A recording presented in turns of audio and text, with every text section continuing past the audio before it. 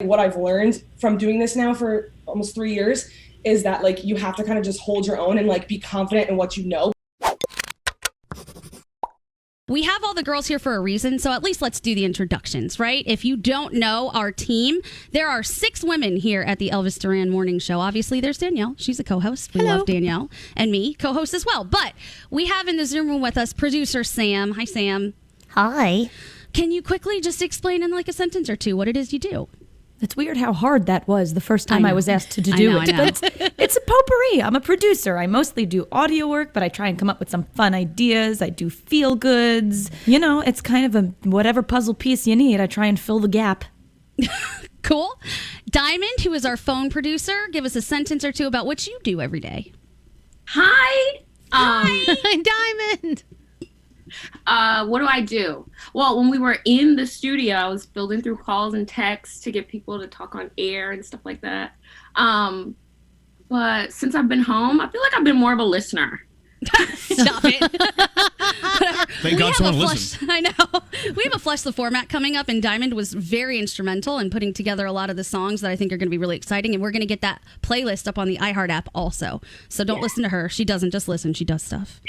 Allie Gold, our director of digital, give us a sentence or two about what it is you do for us. Hi guys. So I do all the social media. So anything you see on our social channels is done by me. I write articles for our website. I help make sure the website is up and running. And we're on TikTok. So everyone follow us at Elvis Duran Show. Yay, TikTok. Yeah. And last but definitely not least, our video producer, Deanna. Deanna's with us too. Hello. She obviously makes all the videos, but give us a couple sentences on what it is you do. Okay. Yeah, so I'm kind of the brain behind any video you see on our social. I work with Allie, and we kind of tag team and do all the video stuff that's everywhere. And that's how we get to see your beautiful faces every day. So if we look terrible, we blame Allie and Deanna for everything. I just want you all to know. Wait, Deanna, what do I tell you every time we record a video together? You're like, make me look good. And I'm like, you always look good. You never look good. I always tell her, it's your fault if I look bad. Make me look good, Deanna. She does a good job. Hey, Frank, what's up? Hi, I've been listening to y'all for 15 years. This is crazy to finally be talking to you. Aw, thank you. How does it feel to have grown up with your children on this show? I remember when you first had them, and now they're like mini adults. Yeah, it's crazy. The crazy part is that they listen now, and so when I say things, I get questions, and they're like, "Ma, what did you mean by this?" I'm like, "Oh my gosh, please!" But you know, they've grown up with it. This is their. They consider Elvis and everybody here their family as well. So it's just nice that they've grown around it and they have great people around them, and it's awesome. I mean, I went into labor on the air with my first kid. I almost had him doing the show. So, you know, it's awesome. So thank you. That's so cool. Y'all are amazing. Thank you, Frank. Thanks, Frank. And if anyone has questions for any of the girls on the show, Diamond, Allie, Deanna, producer Sam, Danielle, or myself, give us a call. We would love to hear from you. Again, questions within reason. We're not answering any weird stuff. But, you know, for the most part, we'll answer stuff. And we have Carol now on line 3 who has a question for all the ladies, I believe. Oh. Hi, good morning. I can't believe I'm talking to you. I listen to you all the time, and I just absolutely love you and listen to your show on replay. Even though I've heard it 10 times, I listen to it again. Oh my God, but I just wanted to ask you all, what is the hardest obstacle you've had to overcome in your industry? Because, you know, it for so long was dominated, obviously, by men. So what have you faced? Danielle, you want to start? So I'm going to be totally honest with you. I have been blessed because I started on this show and I grew up on this show, and the people that I've always worked with have always been very women friendly and promoting women. So I have been blessed, and I have heard horror stories of other places, but I thank God every day that I am here and that I started here. So I've just been very lucky. All right. I came from a different place than this, and I know very well that women are not treated the same in other places. I'm not going to nail anyone to a cross here. No, but you should. Name names. Name them all. We want all the names, Gandhi, all of them. I only worked at 2 other stations. Y'all can put it together. So I will say that being a woman is definitely difficult because a lot of male co-hosts don't want your actual opinion. They want you to agree with theirs. They want you to laugh along. They don't want you to stand on your own. They want you to be an accompaniment to them and everything that they do.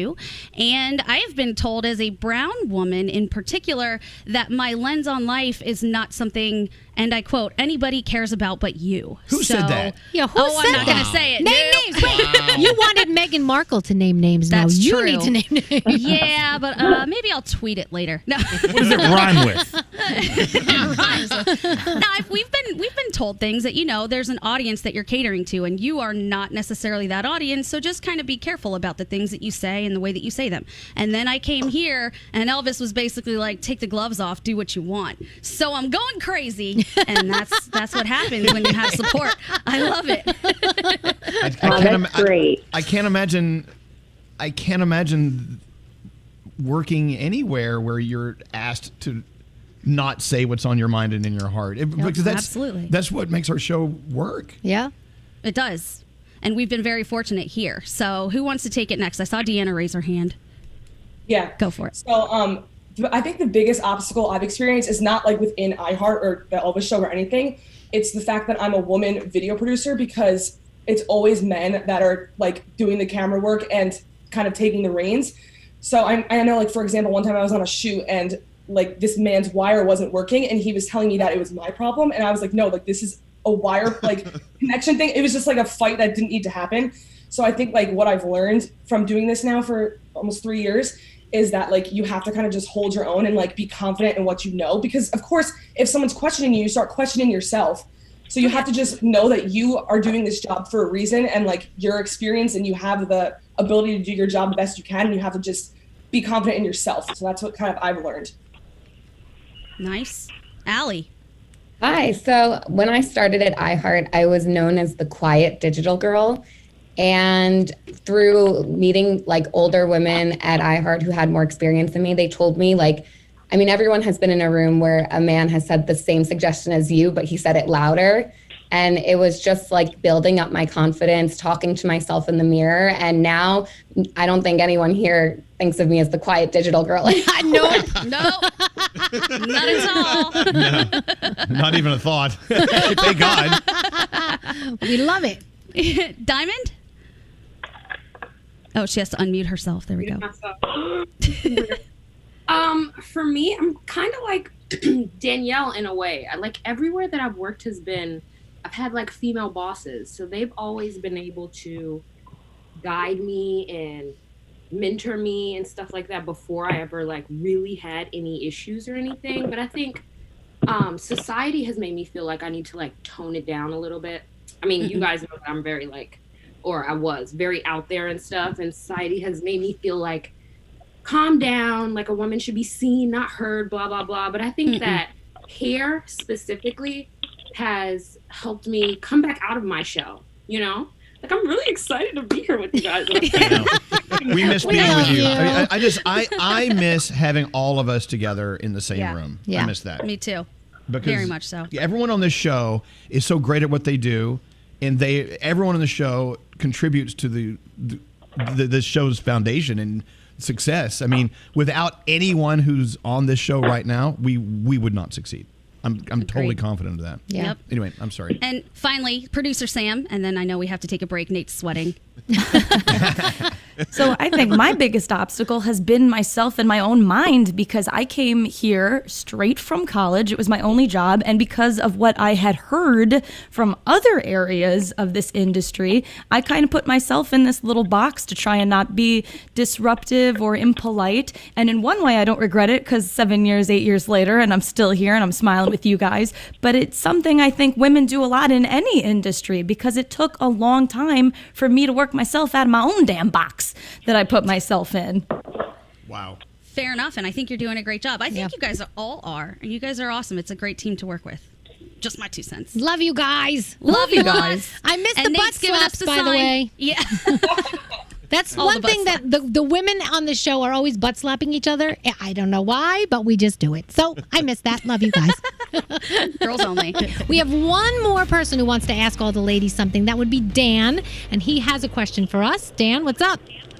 Hey guys, I was calling to see if before the women got into the industry, if there being a lack of women in the industry was a driving factor, and if choosing the career path was based on how women were treated in it. Oh, wow. Oh, wow. You want to start with that one, Danielle? Yeah, not for me. Not for me. The funny thing with me was I always wanted to do television broadcasting, and I wanted to be on television doing that. And then some really nice lady came up to me in the elevator at St. John's University, where I went to college, and said, "Hey, do you want to be on the radio?" And I go, "Sure." And that was it. I fell in love with the radio. I never went near the television station. And we had a lot of really cool, powerful women in charge at St. John's, so they always lifted us up as well. So it was always great.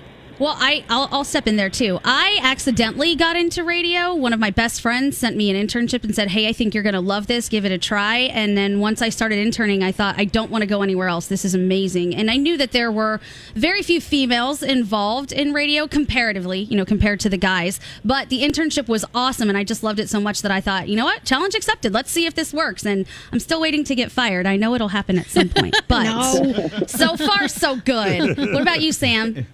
So I don't think I even told any of you guys this, but my romance with this show in particular started in, I think, 7th grade, because I sat next to my very quiet friend Alyssa on the school bus, and my shtick every day was I would just rant about whatever the morning show talked about, like it was a stand-up comedy routine. And it was such a great way for us to start our day together. And so I kind of always romanticized not only radio, but this show in particular. And then as I started to get closer to needing a job and money and a career, it was all the more appealing to me. So I don't think I was ever turned off by it, but it was probably because my head was just too far up the butt of love of this show. Like it was never that's fun. That's an interesting way of putting it. What about you, Deanna? So I don't know if you guys know this either, but actually my freshman year of college at Rutgers University, Carla Marie came into my class and talked about Elvis Duran in the morning show. I was a listener growing up, but when she came in and talked about her experience, I literally, I was about to be a teacher, and I changed my entire career path to go into radio and broadcasting because of Carla Marie, because she made such an impact on me, and she was such a strong woman figure. So that's kind of how I got into it. I've always been in love with this show and this idea because of her.